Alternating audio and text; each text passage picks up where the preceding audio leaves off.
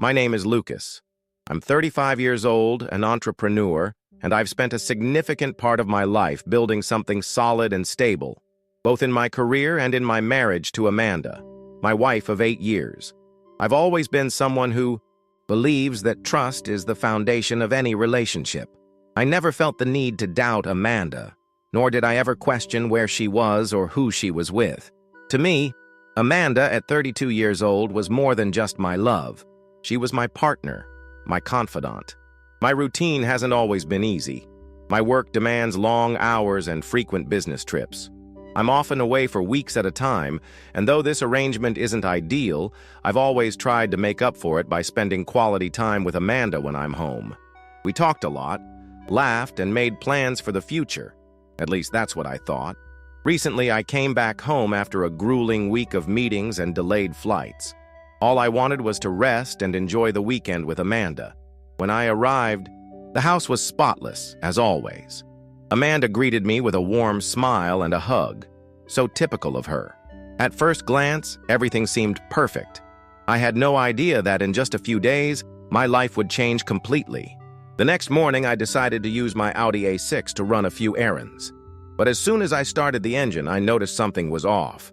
The engine didn't sound as smooth as usual. It was as if it was struggling to run properly. This didn't make any sense. The car had undergone a full service check before my trip. That's odd, I murmured to myself. I turned the engine off and back on again, but the noise persisted. Not wanting to take any chances, I drove to the mechanic, who always took care of my car. At that moment, I still thought the problem was purely mechanical. I had no idea that the real issue went far beyond the engine or anything the car could reveal. The mechanic, Raphael, was someone I trusted completely. He had been taking care of my cars for years and was known for his meticulous work. I left the Audi at the shop and headed back home, assuming the issue was something minor, maybe a spark plug or a routine maintenance problem. A couple of hours later, Raphael called me. His voice sounded different, like he was hesitant about something. "Lucas, I've checked your car," he said, pausing briefly. "The issue wasn't mechanical. It was caused by an object that got stuck in the engine. It's strange, but I don't think it caused any major damage." I frowned. "An object? What kind of object?" "It's a necklace, a pendant to be exact," Raphael replied. "It was tangled up in the engine components. I have no idea how it got there." My mind started racing. A necklace? Amanda didn't usually wear jewelry, and when she did, it was something simple and understated. Definitely not something she'd lose in the car, let alone in the engine. "Can you hold on to it for me? I'll come by to pick it up," I said. "Of course. It's at the front desk," Raphael answered. I hung up the phone and stared at the screen for a moment. Something didn't add up. The car had been parked at home the entire time I was away, and Amanda only used it occasionally to run errands or visit friends. How could a necklace end up tangled in the engine? When I arrived at the shop, Raphael handed me the necklace in a small plastic bag. I examined it closely. The design was simple, but the pendant caught my attention. A small silver heart with the words "Forever" engraved on it. I tried to brush off the uneasy feeling creeping into my chest.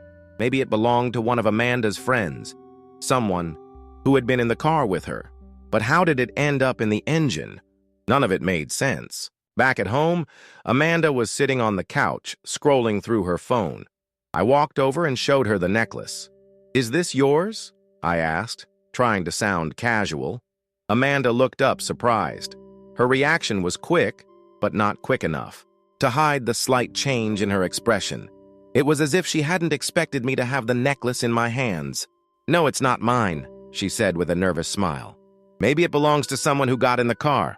Her response was convincing enough, but something about her tone unsettled me. I decided not to press the issue further at that moment. I placed the necklace in a drawer and tried to ignore the uneasy feeling in my chest. That night, as Amanda slept beside me, I couldn't stop thinking about the necklace and her reaction. Something wasn't right. I couldn't shake the image of the necklace from my mind, nor could I ignore Amanda's reaction. Something about it felt off, and no matter how much I tried to convince myself I was overthinking, the suspicion lingered. Like a shadow I couldn't escape. That night, While Amanda slept peacefully beside me, I decided to do something I had never done before: check the home security cameras. I had installed the system a year ago, mainly as a precaution, but I rarely used it. It felt invasive, almost wrong, to review the footage, but I needed answers. Something deep inside me told me that the necklace was more than a simple coincidence. I opened the security system on my laptop and began scrolling through the recordings of the week I was away. At first, everything seemed normal. Amanda left the house in the mornings and returned in the afternoons, running her usual errands. But on the fourth day, something caught my attention. At around noon, Amanda left the house, but she wasn't alone. A man walked out with her. He was tall, with dark hair, and he carried himself in a way that suggested familiarity. I didn't recognize him. My stomach tightened as I watched the two of them get into the Audi together. There was no audio, but their body language said enough. Amanda was smiling, laughing even, and the man looked at her with a comfort that sent a chill through me. I skipped ahead, fast-forwarding through the footage. Hours later, the car returned, but this time Amanda was alone. Her expression was serious, her movements hurried. She parked the car and went straight inside, not even glancing back. The unease in my chest turned into a knot of dread. I wanted to believe there was a reasonable explanation for what I had just seen, but my gut told me otherwise. I took it one step further. I accessed the car's GPS tracking system, something I rarely used but had installed for emergencies. My heart sank as I reviewed the data. On the same day Amanda had left with the man, the car had been driven to a remote beach outside the city, a place we had visited together only once long ago. Why hadn't she told me about this? Who was the man? And why did it feel like everything I thought I knew about Amanda was slipping away? That evening, I confronted her. The necklace was on the table between us. She was sitting on the couch, scrolling through her phone, but when she noticed my expression, she put it down. "What's wrong?" she asked, her voice light but cautious. "Amanda," I began, my voice steady but sharp. "Who was the man you left with the other day?" Her eyes widened slightly, and her lips parted as if she was about to speak, but couldn't find the words. The silence was deafening. "Lucas," she finally said, her voice trembling. "It's not what you think." "Then tell me what it is," I demanded, my gaze locked on hers. "Because I saw the footage. I saw you with him. I know you went to the beach. I know you've been hiding something from me." Tears welled up in her eyes as she shook her head. "I can explain," she whispered, but in that moment, I wasn't sure if I wanted to hear her explanation. Amanda sat frozen, her eyes wide and her breath uneven. For the first time in years, I saw her not as my wife, my partner, but as a stranger I couldn't recognize. The words hung heavy in the air and I waited for her to speak. "Lucas, it's not what you think," she said again, her voice trembling. I felt a sharp pang of frustration at her words. They didn't answer anything. They only deepened the pit in my stomach. "Then what is it, Amanda?" I asked, my tone sharper than I intended. "Who is he? And why were you with him? Don't tell me it's not what I think, just tell me the truth." She swallowed hard and looked away, as though gathering the courage to speak. Her hands were clasped together tightly, her knuckles white. "His name is Daniel," she said finally, her voice barely above a whisper. "He's someone I met a few months ago."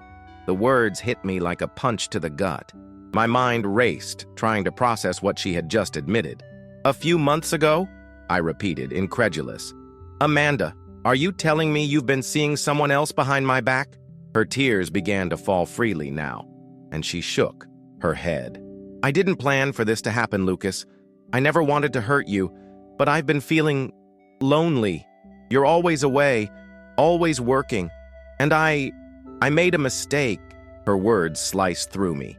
I felt anger rising, but beneath, it was something worse: betrayal, disappointment, and an aching sense of loss. "So that's your excuse?" I said, my voice cold. "Because I work hard to provide for us, you decided to run off with someone else, to take him to places that were ours?" She winced at my words, but didn't deny them. "It wasn't like that," she said, her voice breaking. It started as a friendship. I didn't mean for it to go further, but then it did. I stood up, unable to sit still any longer. I paced the room, running my hands through my hair, trying to make sense of everything. "And the necklace?" I asked, turning to face her. "That was his, wasn't it? A little gift, a token of whatever this is?" She nodded slowly, shame written all over her face. "It must have fallen out of his pocket. I didn't even know it was there." Her honesty, though painful, felt like a slap. I wanted to yell, to scream, to demand how she could betray me like this. But instead, I felt numb.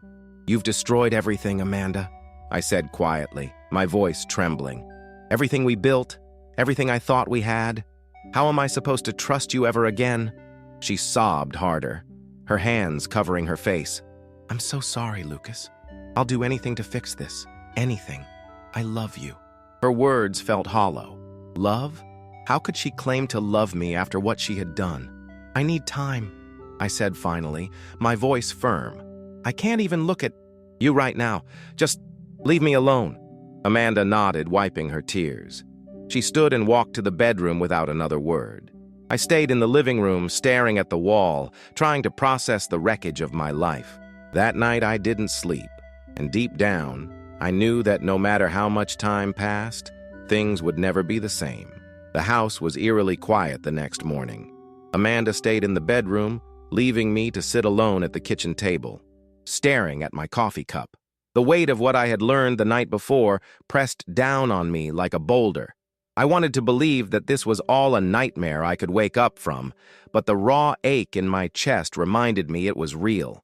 Amanda eventually emerged, her face pale and her eyes swollen from crying. She didn't say anything at first. She just stood there, watching me, as if waiting for me to say something. But I had nothing to give her. No words, no comfort, no promises of forgiveness. "I'm going to stay at my friend's place for a few days," she said softly, breaking the silence. "I think we both need some space." I nodded, unable to look her in the eyes. Space was what I needed, but I couldn't shake the feeling that this was the beginning of the end. Amanda packed a small bag and left without saying much else. I watched her walk out the door, her footsteps blending into the heavy stillness of the house. For the first time in years, I was alone, truly alone, and it felt both suffocating and liberating. The days that followed were a blur. I avoided calls from friends and family, not ready to explain why Amanda was gone or why I felt like my world had crumbled. Work became my escape, a place where I could bury myself in tasks and momentarily forget the chaos at home. But the nights were the worst. The silence of the house was deafening, and my thoughts spiraled endlessly. I replayed every moment of our marriage, searching for clues I might have missed, wondering where things had gone so wrong. One evening, I found myself looking at the necklace again. It was still in the drawer where I had placed it after confronting Amanda. For a moment, I considered throwing it away, but something stopped me. It wasn't just a piece of jewelry, it was a symbol of everything that had fallen apart. I put it back in the drawer and decided to focus on myself. If Amanda had made her choices, I needed to make mine. I couldn't let her betrayal define me or destroy me. I started running again, something I hadn't done in years. The fresh air and the rhythm of my feet hitting the pavement helped clear my mind. I signed up for a gym membership and even enrolled in a cooking class, something I'd always wanted to try but never made time for. Slowly, I began to find pieces of myself I had lost along the way. Amanda tried reaching out several times, sending me long messages, apologizing and asking for another chance. But I wasn't ready. I didn't know if I ever would be. 6 weeks after she left, I finally responded to one of her texts. "I need more time," I wrote. It was the truth. Forgiveness, if it ever came, would take time, and trust, once broken, wasn't something that could be rebuilt overnight. For now, I was learning to live for myself again, and that, I realized, was the first step toward healing. It's been a year since everything fell apart. Looking back, I can see how much I've changed, how much I've grown. At the time, it felt like my entire world was crumbling, but now I realize it was a chance to rebuild. Not the life I had with Amanda, but the life I wanted for myself. Amanda and I never got back together. After months of space, we met one last time to talk. She apologized again, this time with more clarity and honesty than before. She admitted her mistakes and took full responsibility for her actions. I could see the guilt in her eyes, the regret she carried. "I just want you to know that I'll always be sorry, Lucas," she said, her voice trembling. "You didn't deserve any of this. I hope you find someone who can give you the love and loyalty you deserve." Her words, though painful, brought me closure. I told her I forgave her, not for her sake, but for mine. Carrying the weight of anger and resentment wasn't something I wanted anymore. Forgiveness didn't mean forgetting, and it didn't mean we could go back to the way things were. It simply meant I was ready to let go. After that conversation, we parted ways for good. Amanda moved to another city to start fresh, and I stayed behind, determined to do the same. In the months that followed, I focused on myself. I traveled to places I'd always wanted to visit but kept putting off. I threw myself into my hobbies, photography, running, cooking, and even made new friends along the way. Slowly but surely, I began to feel like myself again. And then, unexpectedly, I met someone. Her name is Sophia. We met at a local photography workshop, and what started as casual conversations about lighting and composition turned into something deeper. Sophia has a kindness about her, a warmth that immediately put me at ease. She wasn't a replacement for what I lost. She was something new, something unexpected. With Sophia, I've learned that love doesn't have to be rushed. It doesn't have to be perfect. It just has to be honest. She knows about my past, and instead of judgment, she offered understanding. One evening, as we sat on a park bench watching the sunset, she turned to me and said, "You deserve to be happy, Lucas." For the first time in a long time, I believed her. Life isn't perfect, and it never will be. But I've learned that even in the midst of heartbreak, there's always a chance to start over, to grow, and to find something beautiful again. The necklace that started it all now sits at the bottom of a donation box, forgotten and irrelevant. It doesn't hold power over me anymore. I've moved on, not just from Amanda, but from the pain, the doubt, and the person I was back then. This is my life now, imperfect, but mine. And for that, I am grateful.